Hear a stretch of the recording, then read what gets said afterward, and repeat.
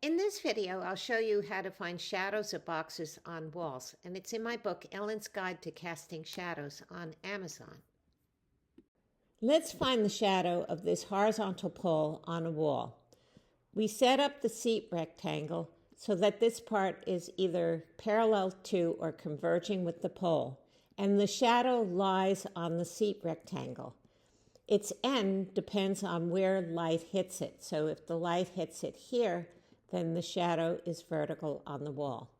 If the light hits it down here, then we have a horizontal component before we get to the vertical component. Now, since the shadow vanishing point and the object vanishing point are the same, three things are true. One, the shadow follows the seat rectangle, the shadow on the wall is vertical, and there are no shadows to the side of the box.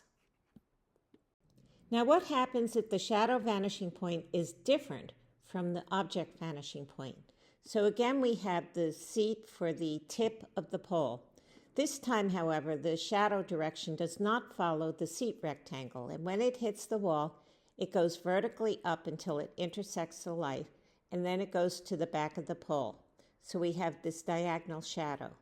Now, what if the light hits the ground? Then the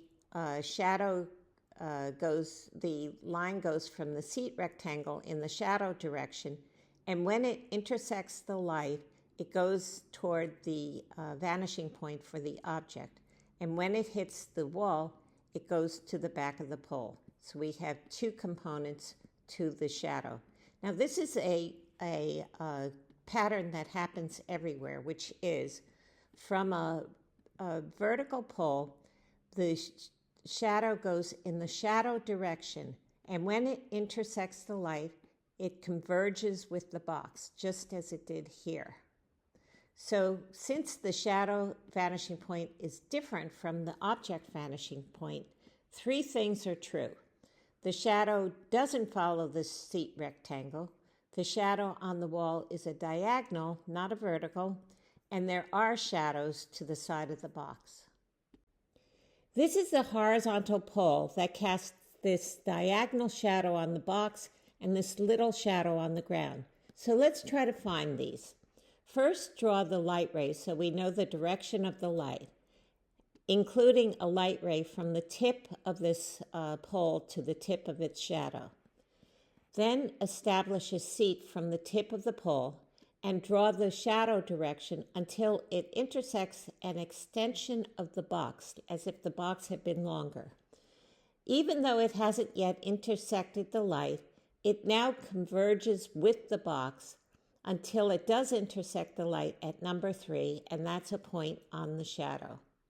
Another way of doing this is to establish another pole between these two poles so that when we draw the shadow direction, it hits the box, goes vertically up to number 6, and that gives us the direction of this shadow.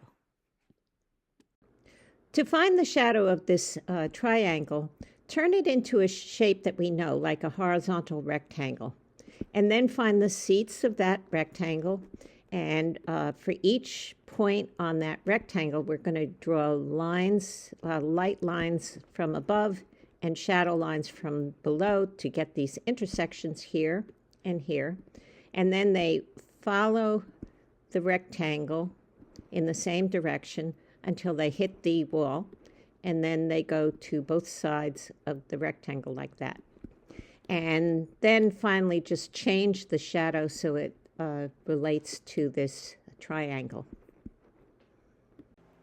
One approach to shadows on the wall is to find poles that are close to the light and extend them down. And when they intersect the light, that would be the beginning of the shadow.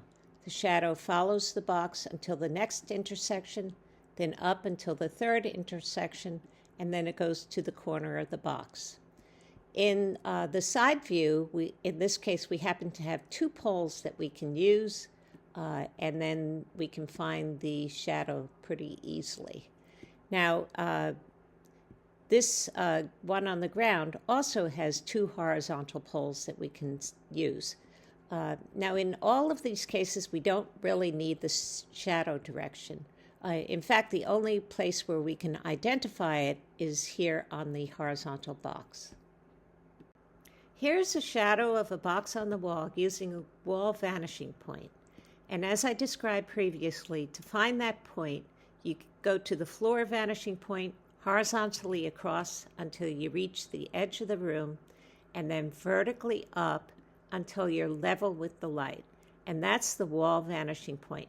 And it goes through the back corners of the box that are attached to the wall.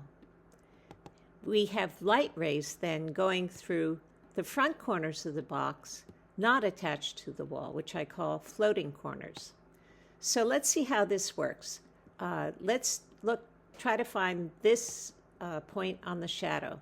So the light goes through the front corner.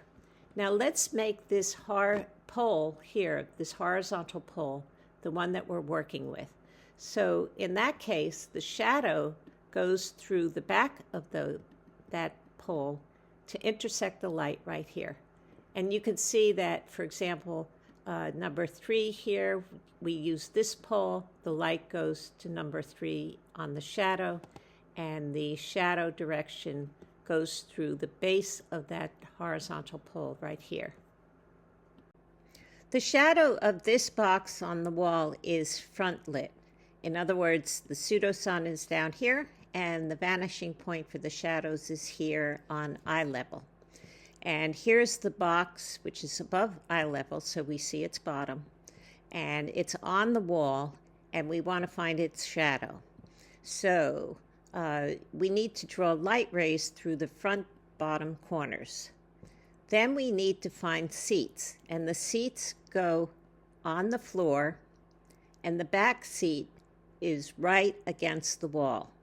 And we make sure the perspective of this seat matches that of the box. In other words, they go to the same vanishing point here. Then, to find the seats, the shadow line, we start here with number 1 and go down to the base of its seat, which is number 2. Then it goes toward the shadow vanishing point here, number 3, until it hits the wall. Then it goes up to number 4, and when it intersects the light at number 4, that's a point on the shadow. Same over here with number 5.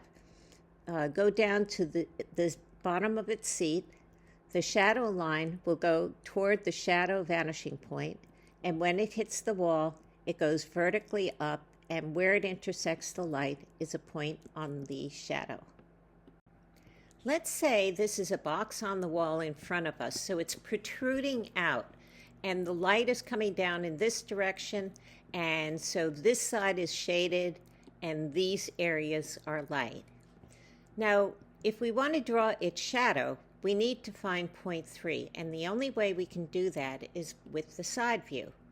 So this side view shows the box on the wall, which it should be, and it happens to have beveled edges.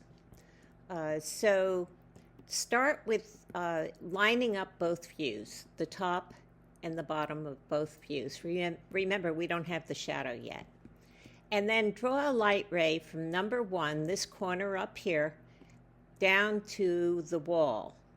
And do the same on the side view. Number 1, the point protruding out down to the wall. And we know where this point is because the light hits the wall there and obviously can't go any further. So we transfer that position to the front view, and where that line intersects the light is this number 3 that we're looking for. Then we don't need the side view anymore. We can go down to number 4, intersection 4, and then across to 6 and to the corner. But we could use the side view if we wanted to check it out. So let's say we have a light ray going from 2 to 4 there, and same in the side view, 2 to 4. Well, it has to stop here on the side view because that's the wall, and you transfer that position back to the front, and there is number 4. Check out my other YouTube channel under my name, Ellen Ebert, where I have over 100 videos about color, light, you name it.